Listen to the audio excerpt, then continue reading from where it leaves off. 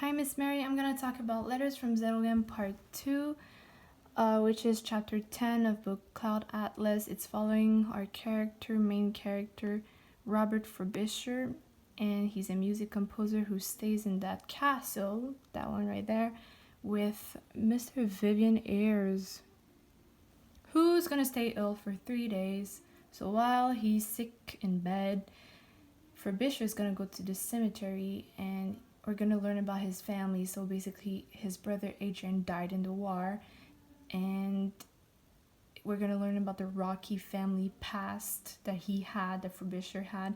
Basically, he wasn't the favorite child, Adrian was. Later, we're going to talk about the war, very meaningful of modernism, the genre that we use there. And basically, what Mr. Don is going to say to Robert is that war is always going to happen. It's in humanity, it's in us. Later, Ayres is gonna get out of bed. He's not sick anymore. He's gonna play music, and Frobisher is gonna recognize that music and it's his own.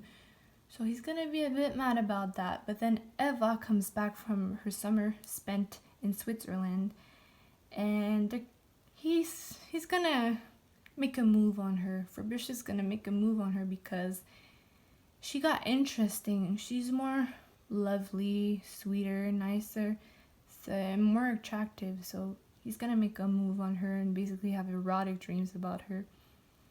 But Eva doesn't want to know anything about him.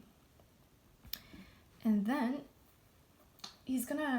Frobisher's gonna have a little fight with Ayres, musician to musician, and basically Ayres is telling Robert that Robert is always going to live in his shadow, and the real music composer here is Ayres, and that this shouldn't be happening. He's not stealing. Ayres is claiming that he is not stealing, but he is.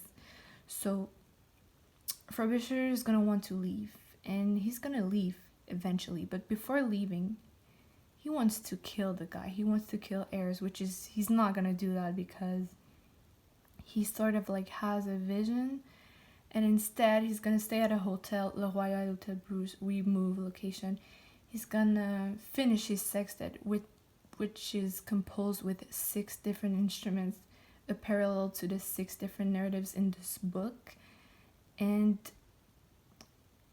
well, fast forward, he's gonna go to a party where Eva is, and he's in love with her, but she brings her fiance, and they're gonna meet and have a fight. So Frobisher is gonna be kind of banned, kicked out. And the last letter sent to his former lover, Sixsmith, he's gonna tell him how he dies, how he commits suicide, but how everything is also gonna repeat itself. Very weird concept, but that's how it ends. So basically, that's the summary. I tried to not make it that long. We're gonna talk about Robert Frobisher.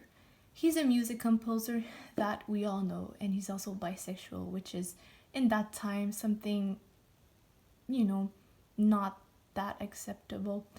And we know that by he says it one day. He's gonna talk about his brother Adrian and wonders if Adrian was into women and men like he was. He had a really rocky past with family because he wasn't the favorite at all. He would always be compared to his brother in a bad way.